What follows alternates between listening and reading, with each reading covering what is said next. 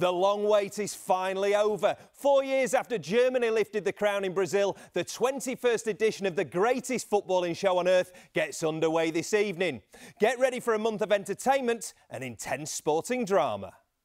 So for me, he's not a bad keeper at all. Yeah, and he was handed his debut 9 years ago in a really tricky game against Ecuador at altitude. He did very well indeed. He hasn't looked back. 102 caps now for Muslera, but one player will be trying to put one past him today, Ian. Antoine Griezmann, you a fan of him? Yeah, I'm a big fan of his.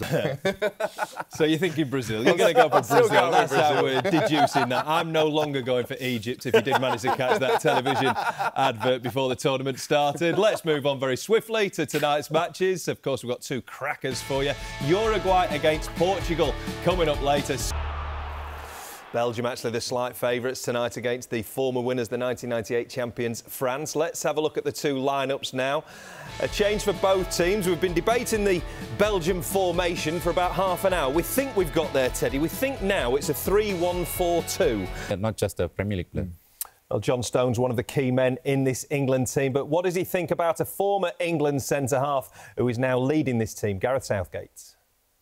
He's a very genuine... I don't think he's the best defender in this moment. Well, might need a clean sheet today to convince you two guys, but France have progressed on 4 of the last 5 occasions they've reached the quarter-finals of the World Cup, the one exception being Germany 4 years ago. But will this be their year?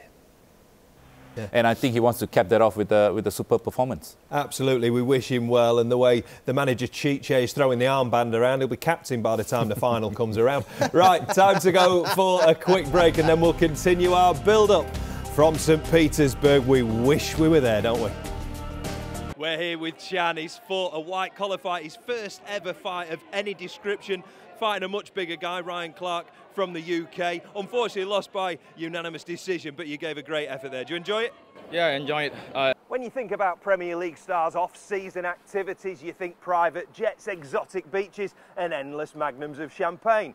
Well, I do anyway. But there are plenty of players doing far more productive things with the spare time, including one Ghanaian star who's heavily involved with the charity Arms Around the Child. Having done a bit of charity work myself in Ghana, I know exactly how vital that work is. My name's Richard Lenton. I'm on Tyneside to meet Christian Atsu.